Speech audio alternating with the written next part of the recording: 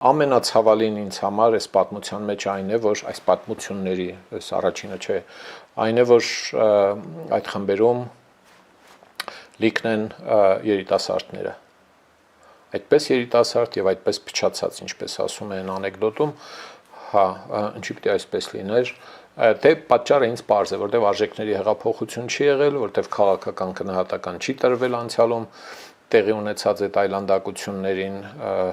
իշխանությունը պիտի դա աներ, չի արել եւ դա պիտի պարսավվեր դասագրքերում, օրինակ, պիտի լիներ գրված առանձին ֆակուլտատիվ լուրջ եմ ասում պատմության դասագրքերում նորագույն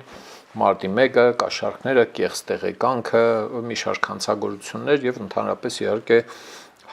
հատուկ դասեր, որպեսզի նոր սերունդը իմանա, որ դա ամենամեծ պոռնկությունն է ուրիշի ճակատագրի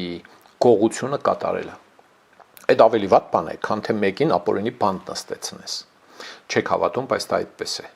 Երբ որ մեկին ապօրինի ինչ-որ մեկը վերցնում բանտ է նստեցնում, ազդում է այդ մեկի ճակատագրի վրա, իր ընտանիքի վրա, հա։ Իսկ քվե կեղծելով ամբողջ պետության, ամբողջ ժողովրդի ճակատագրի վրա են ազդում։ Սա նորություն չէ, 100 անգամ խոսել ենք, ես այս մասին կոնե 25 տարի է խոսում եմ, բայց դու մի ասա այդ փոփոխությունները մեր հանրության մեջ խոշոր հաշվով տեղի չեն ունեցել։ Դա չի նշանակում, որ ընտրությունների արդյունքում հանրության մեծամասնության կամքով չի ձևավորվում իշխանություն, իշխանությունը միայն հանրության մեծամասնության կամքով ձևավորված խումբը չէ։ Իշխանությունը նաև